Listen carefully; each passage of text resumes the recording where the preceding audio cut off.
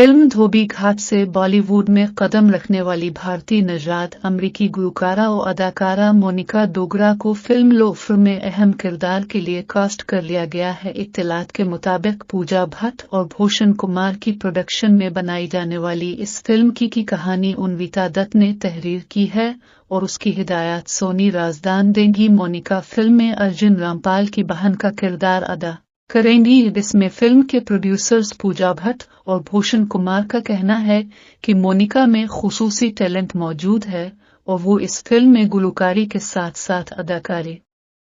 भी करेंगी और वो ऐसा किरदार निभाने जा रही हैं जो इससे पहले किसी ने नहीं किया होगा। पूजा भट्ट का कहना था, लोफर की कहानी भारत की आज़ादी के कुछ ही अरसा बाद 1950 की दहाई परवान चढ़ने वाली मोहब्बत की दास्तान पर मबनी है, जिसमें अर्जुन रामपाल और काल्की कोचिलैन